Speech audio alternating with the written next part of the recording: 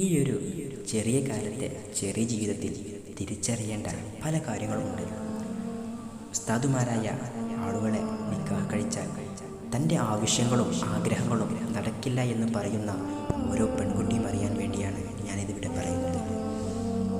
പാതിരാവ് കഴിയുമ്പോൾ അല്ലെങ്കിൽ സുബഹിക്ക് കുറേ മുമ്പേ തൻ്റെ പ്രിയപ്പെട്ടവളെ വിളിച്ചുണർത്തി തഹജ്ജുദ് നിസ്കാരം ഒരുമിച്ച് നിസ്കരിക്കുമ്പോൾ കിട്ടുന്ന ആ ഒരു സംതൃപ്തി പാതിരാവിൽ സിനിമ കണ്ടുകൊണ്ട് കിടന്ന് ഉറങ്ങുമ്പോൾ കിട്ടില്ല.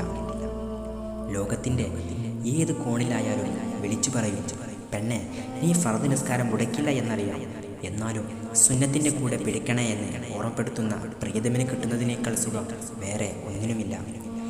നിശയുടെ ശബ്ദത്തിനിടയിൽ മുത്തി ഹബീബിൻ്റെ മധുകൾ പ്രിയപ്പെട്ടവളുടെ കാതിൽ പറഞ്ഞു കൊടുക്കുമ്പോൾ അത് ആസ്വദിച്ച് കിടക്കുന്നതിൻ്റെ ആ ലഹരിയുണ്ടല്ലോ, അത് ഒരു ഇടിവെട്ട് പാട്ടിനുമില്ല. കടൽ തീരത്ത് തിരമാലകളുടെ ഭംഗി കണ്ടുകൊണ്ട് ഒഴിഞ്ഞ ഭാഗത്തു കൈകൾ കോർത്തിണക്കി നിൽക്കുന്നതിൻ്റെ സുഖം കടലിൽ തുള്ളിച്ചാടുമ്പോൾ കിട്ടാറില്ല. ഉമ്മയെയും ഭാര്യയെയും നെഞ്ചോട് ചേർത്ത് വെച്ചിട്ട് ഒന്ന് എൻ്റെ സുഖവും ഒന്ന് എൻ്റെ ദീൻ പൂർത്തിയാക്കേണ്ടവൾ എന്ന് പറയുമ്പോൾ മനസ്സിലുണ്ടാകുന്ന ആ ഒരു സന്തോഷമുണ്ടല്ലോ, അതൊരിക്കലും മറക്കാൻ പറ്റില്ല. പൂർണ്ണ ഹിജാബ് ധരിച്ചു തലപ്പാവുകാരനോട് ചേർന്ന് നടക്കുമ്പോഴുള്ള സുരക്ഷിതത്വം വേറെ ഒന്നിനുമില്ല.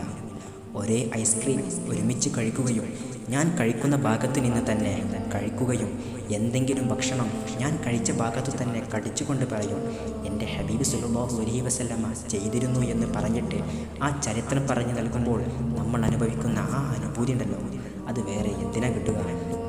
നിക്കാഹിൻ്റെ അന്ന് വെള്ളയും ഇട്ട് നടന്നു വരുന്ന ആലിമീങ്ങൾക്കിടയിൽ പ്രൗഢിയോടെ നബി സല്ലല്ലാഹു അലൈഹി വസല്ലമയുടെ തലപ്പാവ് എന്ന കിരീടം ചേർത്ത് പിടിച്ച് ബുറദ ചൊല്ലി പുതുമാരനെ വരവേൽക്കുന്ന ആ കാഴ്ച ഒരു ഡ്രസ്സ് കോഡിനും ഒരു തല്ലിപ്പൊളി ഡാൻസിനുമില്ല.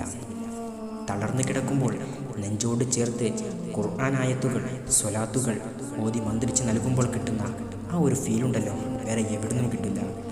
സുഹൃത്തുക്കളുടെ മുന്നിൽ പ്രദർശിപ്പിക്കാതെ ആ കരവലയത്തിനുള്ളിൽ നിഖാബ് ധരിച്ച് നിൽക്കുമ്പോൾ കിട്ടുന്ന സന്തോഷം സുരക്ഷിതത്വം വേറെ എവിടെ കിട്ടും.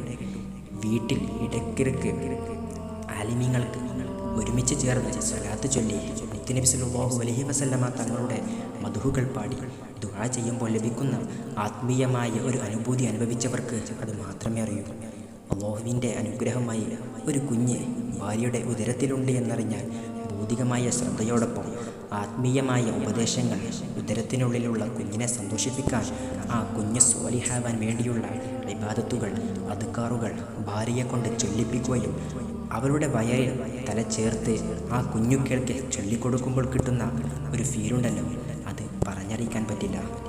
ദാമ്പത്യ ജീവിതത്തിലെ ഓരോ അവസ്ഥകളിലും അവർ പഠിച്ച ഇൽമിനെ ജീവിതത്തിൽ മുറുകെ പിടിച്ച് താളപ്പിഴവുകൾ സംഭവിക്കാതെ മുന്നോട്ട് പോകുന്നത് കാണുമ്പോൾ അൽഹംദുലില്ലാഹ് എന്ന് പറഞ്ഞു പോകും. അവരുടെ പക്വതയുള്ള പെരുമാറ്റം കണ്ട് ഭാര്യ ഭർത്താവിൻ്റെ ഇടയിൽ ചില പിണക്കങ്ങൾ ഉണ്ടായാലും മക്കൾക്ക് മുന്നിൽ അവർ മാതൃക ഉപ്പാണ്. നല്ല ഫ്രീക്കൻ ഉസ്താദുമാർ തന്നെയാണ്, പക്ഷേ അവർ ദുനിയാവിന് വേണ്ടി ആഖിറം നഷ്ടപ്പെടുത്തില്ല. ഇങ്ങനെയുള്ള ഉസ്താദുമാർ അല്ലാത്ത സഹോദരങ്ങൾ ഉണ്ടെന്നറിയാം. നല്ല ദീനുള്ള യുവാക്കളുണ്ട്. അൽഹംദുലില്ലാഹ്, അത് ഇനിയും ഒരുപാടുണ്ടാവട്ടെ.